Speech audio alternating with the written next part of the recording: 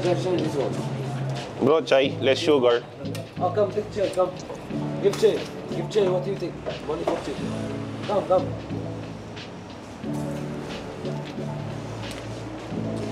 It's okay, I'm not paying. Chair.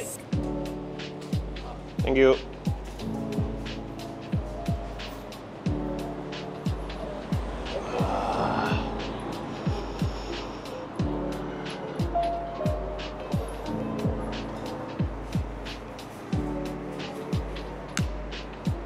Hello, good morning. Alam nyo ba, dito sa Middle East, ang paboritong inumin ng mga Pilipino and ibang expat dito ay yung tinatawag nilang chai. Mapa umaga, gabi, o anumang panahon, winter, summer, ang chai ang isa sa common na inumin dito sa Middle East. Ang chai ay gawa lang naman sa black tea leaves, milk, sugar, and hot water. Kumbaga sa atin, sa Pilipinas, para lang naman siyang milk tea, the colder version. Pero dito, sa Middle East, ang milk tea dito, yung hot version. Itong basong hawak ko sa halagang 1 dirham or 150, 1 dirham and 50 fils, meron ka ng ganito kalaking serving ng tsaa. Opo.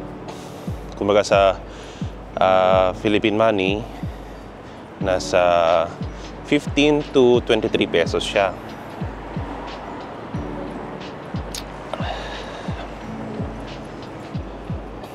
It's 6:30 na ng umaga dito, kaya medyo madilim pa. Winter season na kasi dito sa Middle East. Ganoon dito, pag malamig na ang panahon, ang daytime maiksi at ang nighttime medyo mahaba.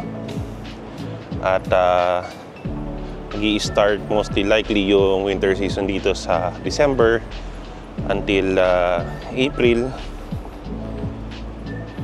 Ngayon, mabalik tayo sa usapan tsaa. Alam niyo ba na ang chai may tatlong klase? Una, yung common na chai na nabibili natin sa mga tindahan, na sabi ko nga, gawa lang naman sa yellow Lipton or black tea leaves, sugar, and milk, tapos lagyan ng hot water. Yung sumunod na klase ng chai is yung masala chai or tinatawag nilang spiced tea. Gawa to sa same ingredients, and then i-enhance lang nila yung lasa gamit ang cinnamon, cardamom, cloves. Depende, maraming variants or klase na ng spice tea. Depende sa restaurant. Siyempre may kanya-kanya silang specialty. Minsan nilalagyan pa nila ng saffron. And yung isang type ng chai, tinatawag nilang dirty chai.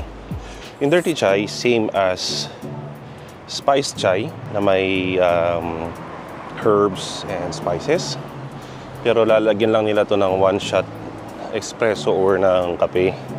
Yun naman pinagkaiba ng tatlo.